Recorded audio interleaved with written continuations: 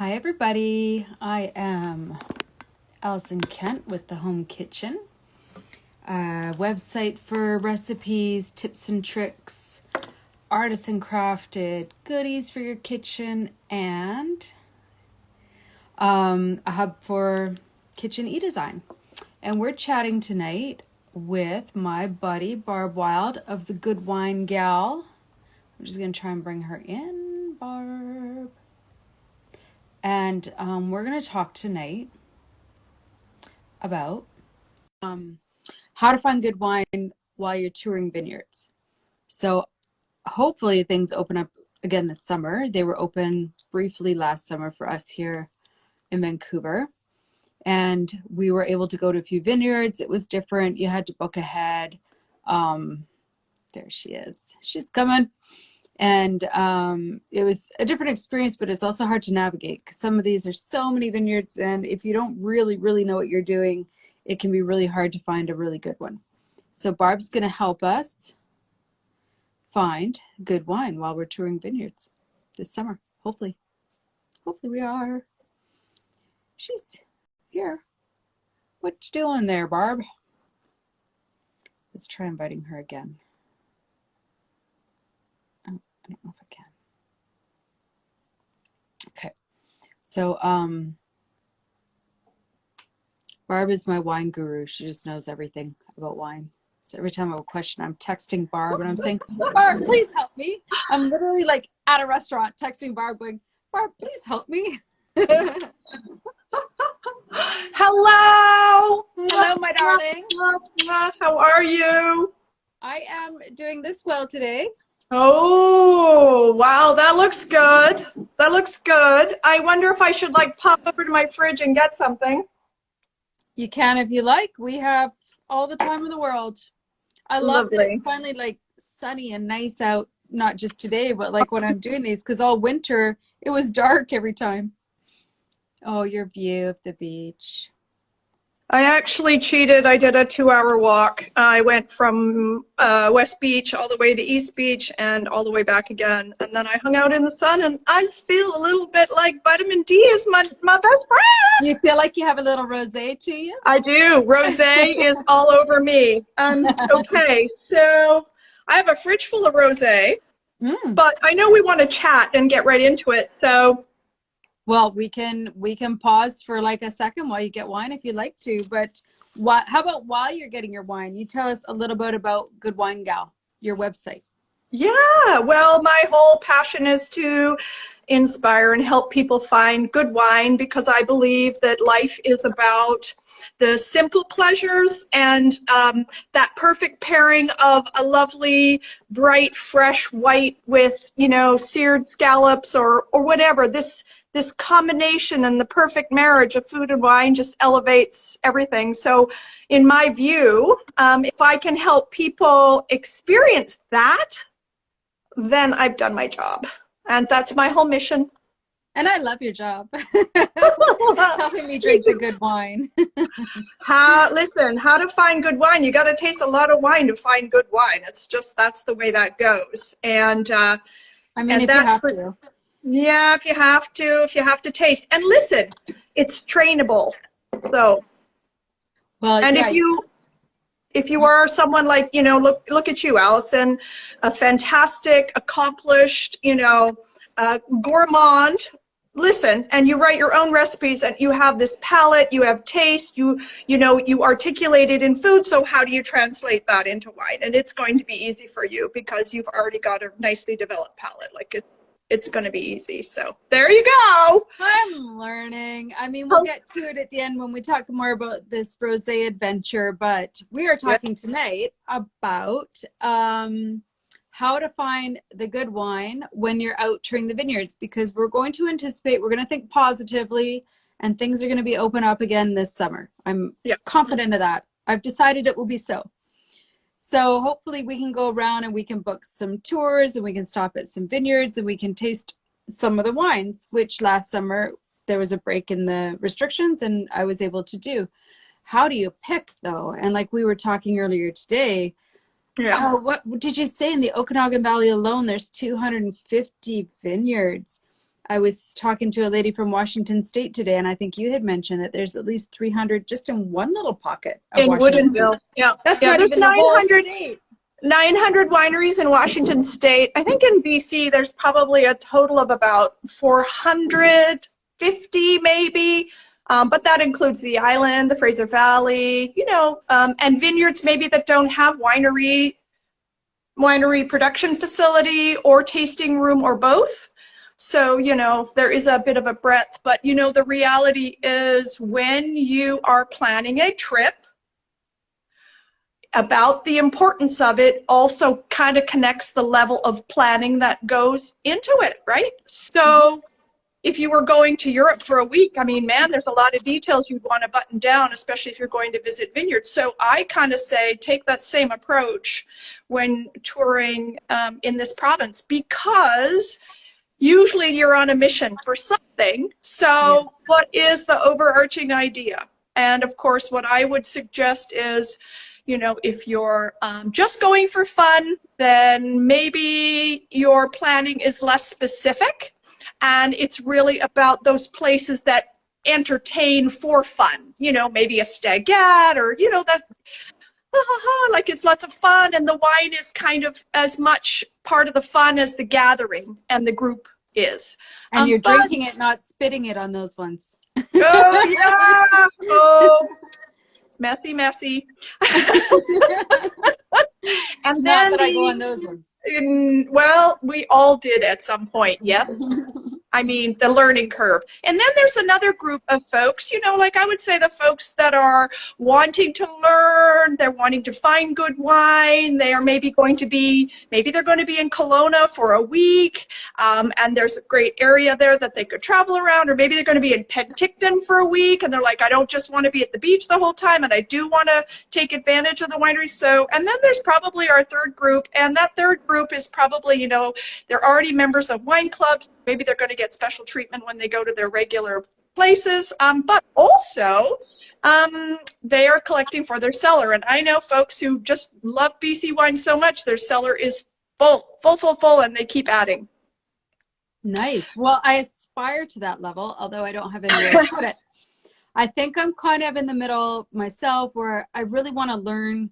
So if I go to a tasting, I'm not just trying to drink the wine. I actually want to learn about the wine. Mm-hmm. So trying to narrow down, once we've picked a region, narrowing down what kind of experience you want, because we were talking earlier, and I guess we got kind of spoiled. Our first stop on our day last summer was Mission Hill, and they sat us down at this beautiful old table. We had booked ahead, and she sat down with us, and she went through all the wines, and we could ask all our questions, but you were sitting and you were so comfortable.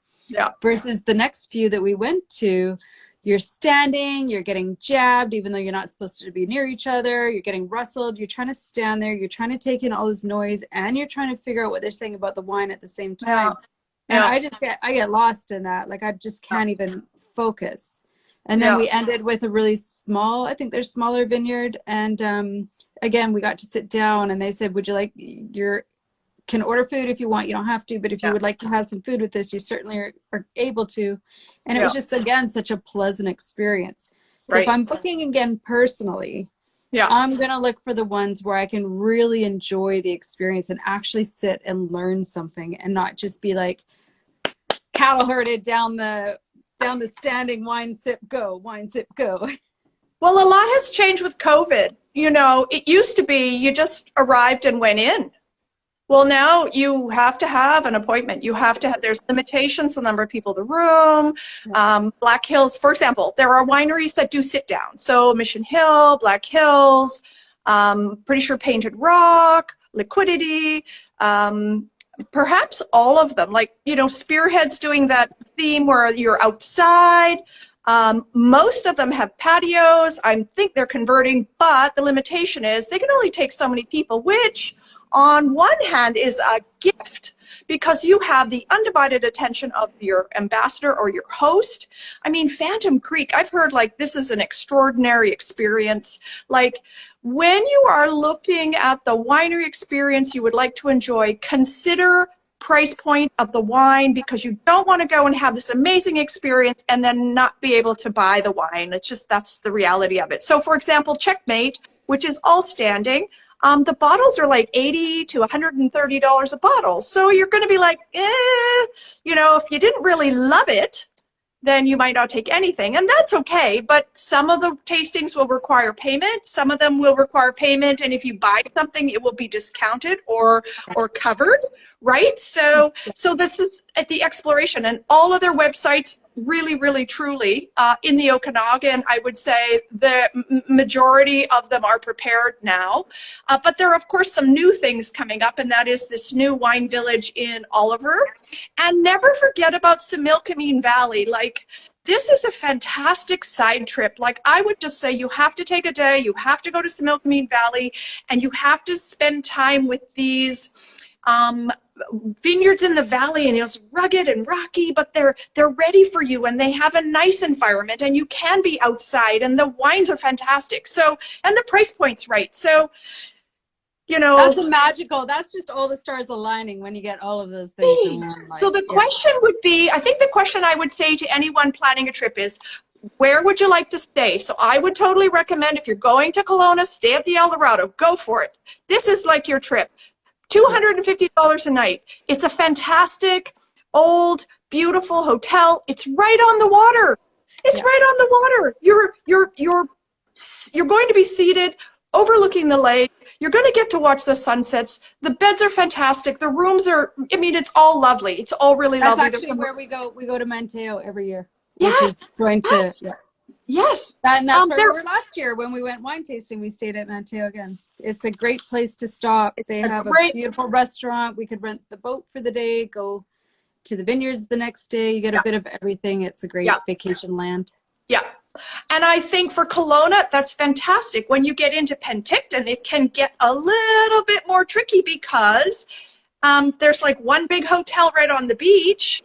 And then it's kind of like, I'm trying to remember where I stayed. I stayed at a place called the Beaumont or something. And it was like, I was in the 50s and it really felt like it. So Airbnb might be the way to go in Penticton. But there are amazing options to be up in the hills. I mean, Penticton gets hot. Like, you know, so the other part of where you're planning your trip is, when are you going to go?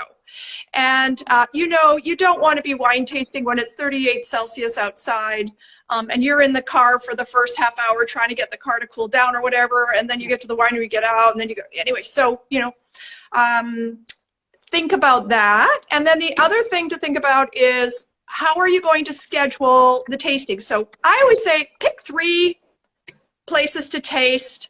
First tasting should be around 11, maybe 11 to 12:30, lunch at 1, or get to the next place, have lunch, taste wine, and then you've got one place on the way home, wherever home might be.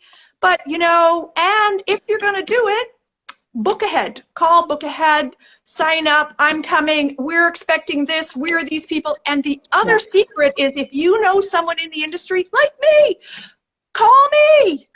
Message me. I will.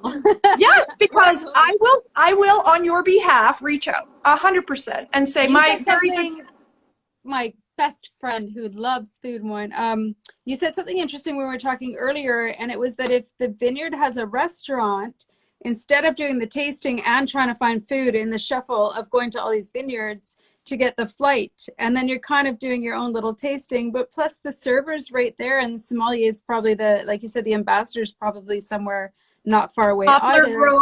Poplar Grove is fantastic for that. It's right at the entrance to Naramata Bench.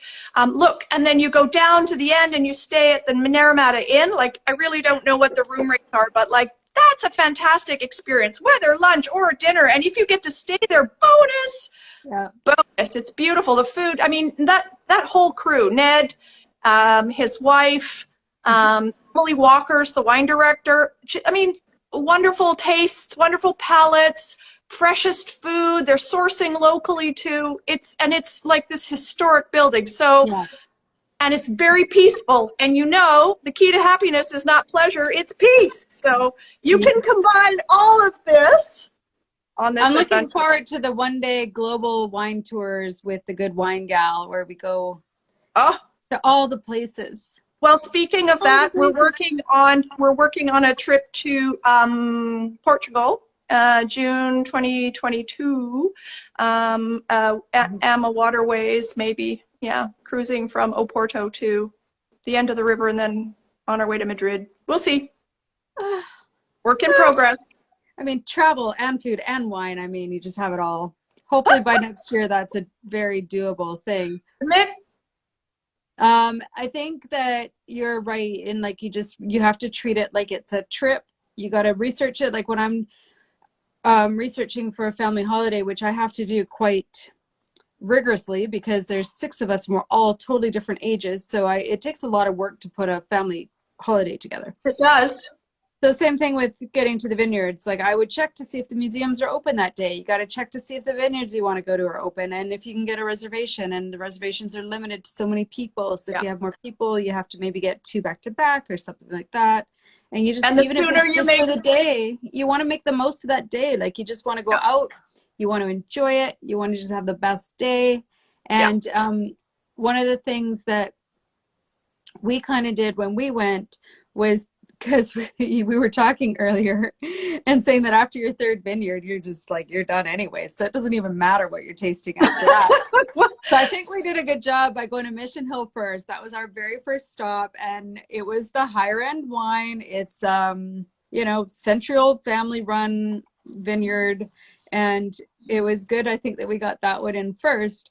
But I did like that we balanced like some really known, some high end, some well-known but more affordable, with some that we'd never seen before. So it made it kind of like an adventure that we had 1 or 2 things that we knew we could expect, but then we had surprises, and some of them we were just so pleasantly surprised, and it was such a good experience. So I think trying to get that mix rather than just trying to hit like the top 5 that you always see in the liquor store anyhow.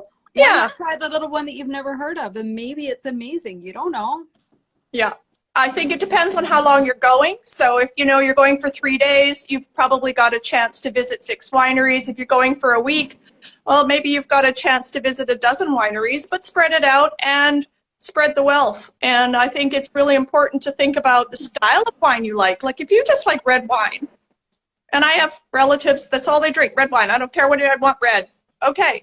So you're not going to be interested in Riesling or Bubble. You're really looking for red wine. So there are wineries that just focus on that, you know, and again, I can say, you know, Rust Winery, fantastic. Painted Rock, fantastic. You know, Mission Hill has quite a reputation for its reds.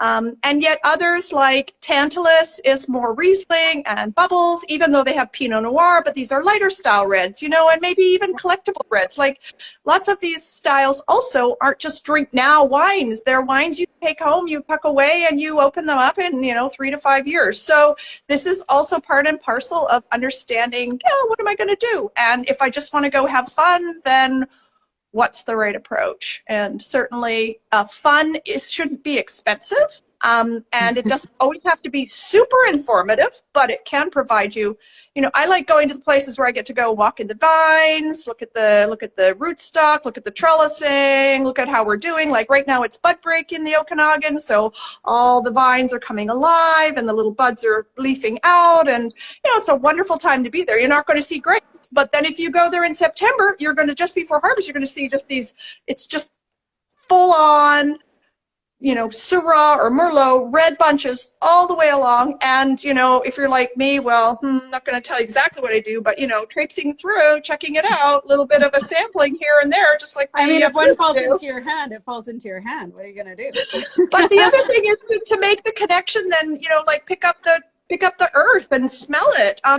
Feel a rock, rub it in your hand, smell it. Like the Okanagan has a very distinct sage, you know, herbal kind of undertone in a lot of their wines. And it's just like if you were in France, the garrigue, the cypress trees in the south of France, they're just there. They're in the wine. It's because that's the environment. So I think as British Columbians, it's our duty to, understand that this is unique and we are unique and we have lots to celebrate, and there's really a lot of good wine. So I like it. It's fantastic. Yeah. It's a never-ending adventure. You have a favorite style of wine that you go hunting for? Because I'd go hunting for sparkling. You love your sparkling. I am, I'm getting deeper and deeper and deeper into the reds as I go. So I'm getting more and more body, more and more flavor. I really like I could drink a good whiskey forever. I really love a good smoky kind of feel to my beverage. So there are I tend distilleries. to get further away from the white. So I feel like rosé is my white because it's as white as I can stretch in that direction. I loved the first time I was shopping for a rosé and I was making steak and spot prawn for friends, and I was like, "What? Wow!" My brain was all scrambled. Like, what? Because prawn, white wine, steak, red wine, and it was lovely. The guy said, "How about a lovely rosé?" And I was just like, bing! It really opened my mind. I was so happy, and it was a perfect pairing. So, yeah, rosé all day. Cassandra knows where Rosé it's all at. May. all May.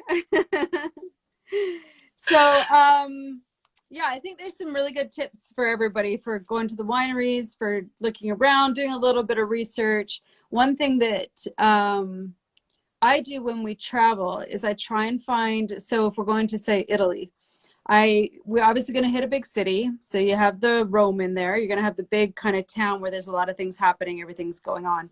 And then we're going to find something that's at a beach for a few days. And then we're going to find something that's more of a countryside for a few days. And I was trying to kind of bring that approach into tasting wine because there's some down closer to the lake. There's some more up in the mountains. Yep. There's some that are further out and some that are really close to town, and just starting to understand the different flavors that create. Yeah. Right? Yep. When you're close to the water, it's going to be, like you said, different dirt, different terroir, different feel to the air and the moisture and everything else. So I'll be phoning you a lot when I go this summer. Yeah. Well, I've got a few blog posts up on my favorite weekend in the Okanagan. I've got a few of those. One for the North Okanagan, which is kind of like staying at Sparkling Hill. That's my second. The first one is staying at the El Dorado. And of course, last year I went to the Naramata Inn, and so I think that would be a new third. And then of course, Osoyoos has no accommodation. Unfortunately, there's a few places, but they're always booked out. But staying down in Osoyoos is also fantastic because there's so many wineries down there that are doing reds for you.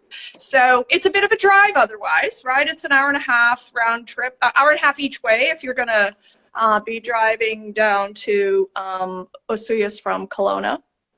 And then, of course, saying something about where to stay, but I don't have my glasses on, and it looks like stay at the she Starship. said stay in the Shuswap at Shiraz Villa. Yeah, but like stay at the Starship to my eyes right now because I don't have my stay at glasses. the Starship Enterprise after you're back to it. Hey, as long as there's wine, we'll stay there. Apparently, and I don't know if it was on one of the islands, Penner Island, I think. Where Sea Star is, someone has built a campground using renovated trailers, and it's kind of poshy posh. And then there's another one somewhere with Airstream. Anyway, the point is, there's all kinds of alternative style accommodations available. Plus, one of the little secrets is a lot of the wineries have guest accommodation. Well, that's where I want to stay. If I'm going to just go to the wineries for a long weekend, I want to stay right amongst the grapes. Yeah. I want to be there. Stay in the vines. Yeah. I want to stay in the vines. Yeah. And so if that's an option, I am there. I was going to ask one more question about wine touring, and it was, what do you feel is the best time of year to go if you're not worried about summer vacation or anything like that? Like, is September the best year to go? Are they all too busy getting the grapes off the vines? And So harvest is starting earlier, a little earlier every year, and it really depends on the weather. And you know, I've gone in August and I've gone in September. I've also been there mid-July, and I've been in June. So I would say, for me personally, going probably in July when they still are okay, you know, not too busy, but I want to go and I want to meet with them and I want to walk through the vineyards. And so then the other thing is just to go after harvest. And quite frankly, the Okanagan is very beautiful, can be cool at night, but beautiful sunny days in the late fall. It's wonderful for a Thanksgiving time to go up there and sort of take that extra day, have a long weekend touring the vineyards. And of course, what wine goes with turkey? Rosé. Rosé all day. Yes. Cassandra is saying, you know, some of her favorite places to visit include Burrowing Owl and Hester Creek. They both have accommodation. It's a beautiful property at Burrowing Owl. I think there's like, I don't know, 6 or 8 rooms. So pretty fantastic. Hester Creek has accommodation. Le Vipin has accommodation. Like Blue Grouse, Blue Grouse on the island and Cowichan Bay area, they have accommodation, fantastic 2-bedroom suite. Like this is right in the heart of the vineyard. It's spectacular.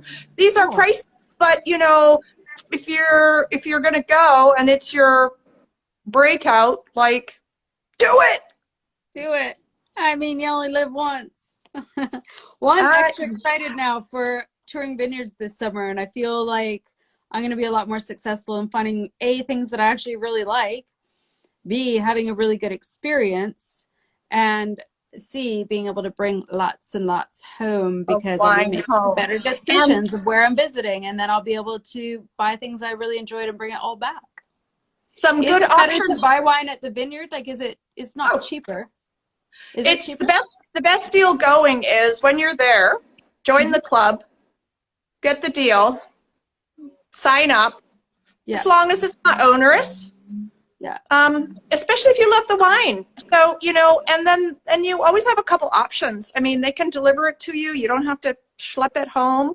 You know, you can, right? So depends on where you're going. Maybe you're just on your way to, I don't know, Mount Robson or Wells Gray or, you know, Jasper, who knows? But the other thing is, I do think if people are driving, that to be responsible, make sure you've got a designated driver. And if not, hire a driver or hop on a tour. These guys are so like knowledgeable. They're so much fun. It's a great way to meet other people who are doing the same thing. So they're not really big tours. It's not like you're going to get on a bus with 48 people. It's not that. It's not that. Well, so I happen to love that my husband doesn't drink. He's always the driver. I'm coming with you. He's like, oh, is it just a girls thing? I'm like, well, it's a girls thing, but also you, because we need a driver. So thanks, honey. Yeah. So Cassandra's reminding us that if not Airbnb, certainly B&Bs are a thing in the Okanagan and in most of these wine countries. And when I say wine countries, I mean Kamloops, Vancouver Island, Fraser Valley, you know, Similkameen Valley, Coston, Carameus, Creston and Cranbrook in the Kootenays. So yeah, there are lots of options, and I'm going to do a blog post about this, and I'm just going to post some of our tips so that people can just refresh, and if they need to reach out, they can reach out. So I love it. I love it. I love it. I love it. And speaking of blog posts, yes, darling, we are going to be doing a whole bunch of them for our Rosé All May.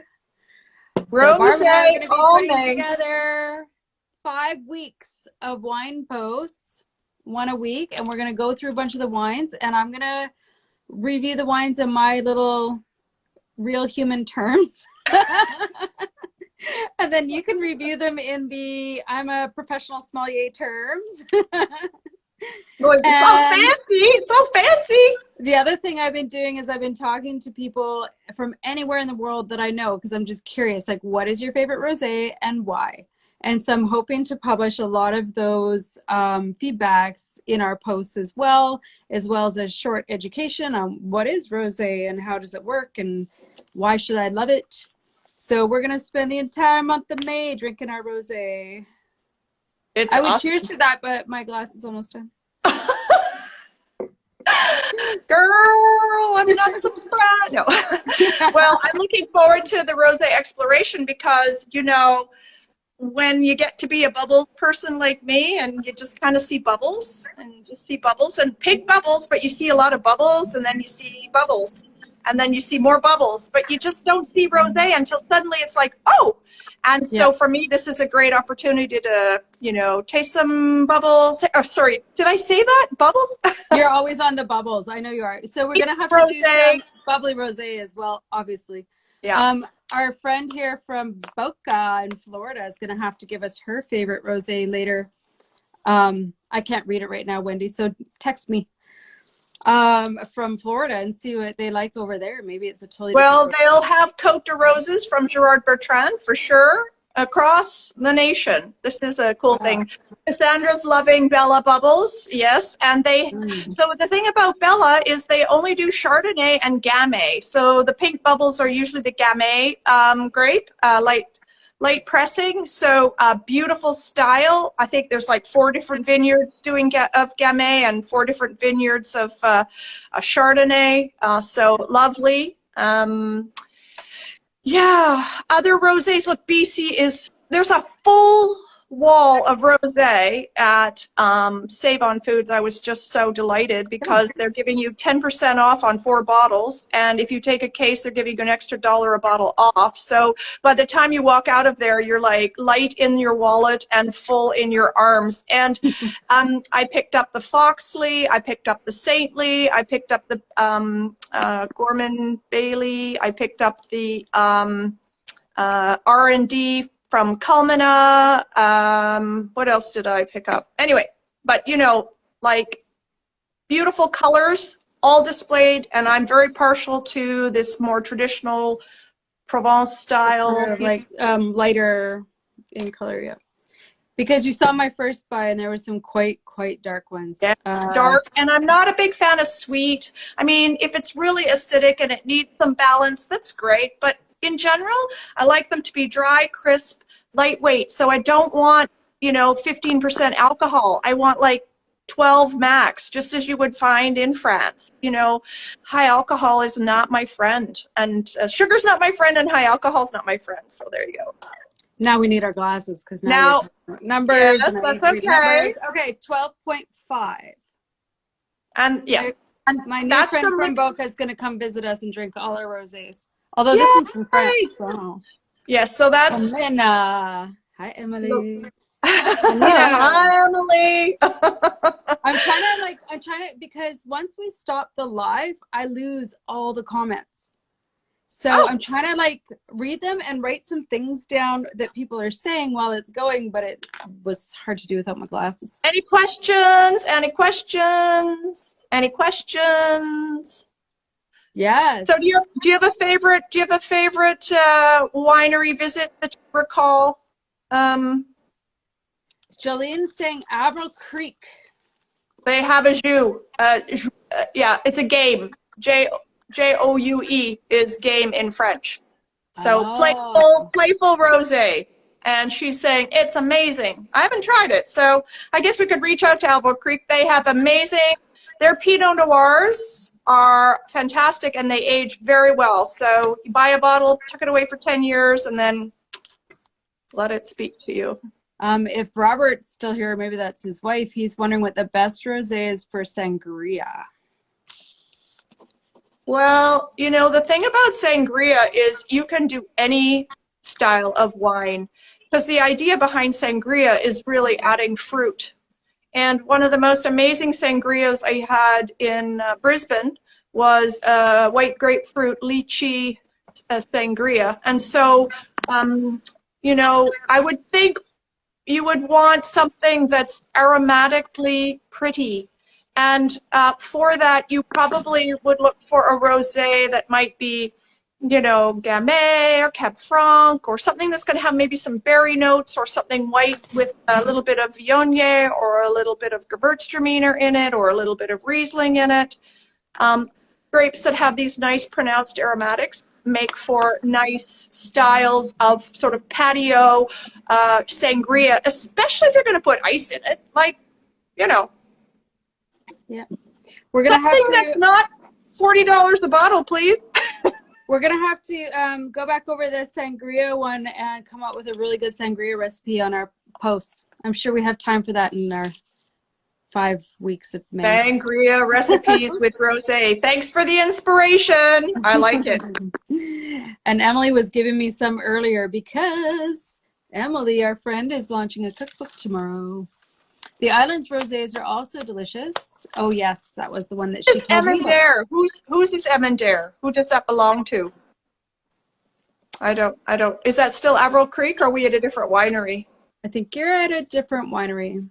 Watermelon and grapefruit. So what was the recent watermelon? Unsworth was a bit of a watermelon-y note to it. Yeah, island wine is very unique because they don't get the degree days that the Okanagan does, or even the Valley, especially when they're a little bit up island like that. And their proximity to the salty ocean is quite different than the proximity to the desert and the big lake that is freshwater. So, but there's breezes all the time that come from off the ocean. And so there's just this crisp, beautiful acidity that comes in these wines, and a lightness, that, even in the reds, that's just very pretty. The aromatics really can develop. So I just think the island wine is unique and very special, and I'm a big fan. So. We're just going to have to tour that too, I'm afraid. Oh, well. Yes. Yes, we have to.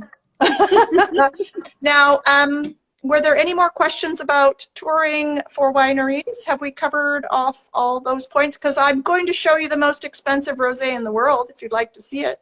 Yes, please. Yeah, I think we've covered our wineries. We've covered that we're doing the Rosé All May.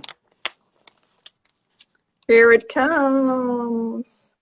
This is called... Clos? Can you see that? Just barely see it. It's got a bit of a reflection. There we go. Clos de Temple.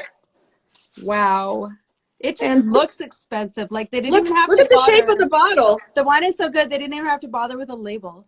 This is a squared bottle, and it's etched. Got like this gold. I don't know if you can see that. Anyway, yeah. It's $300 a bottle. That's the most expensive one on in the stores, kind of. The most expensive used to be Whispering Angel. They had 3 tiers, Whispering Angel being the base tier, and then there were 2 others.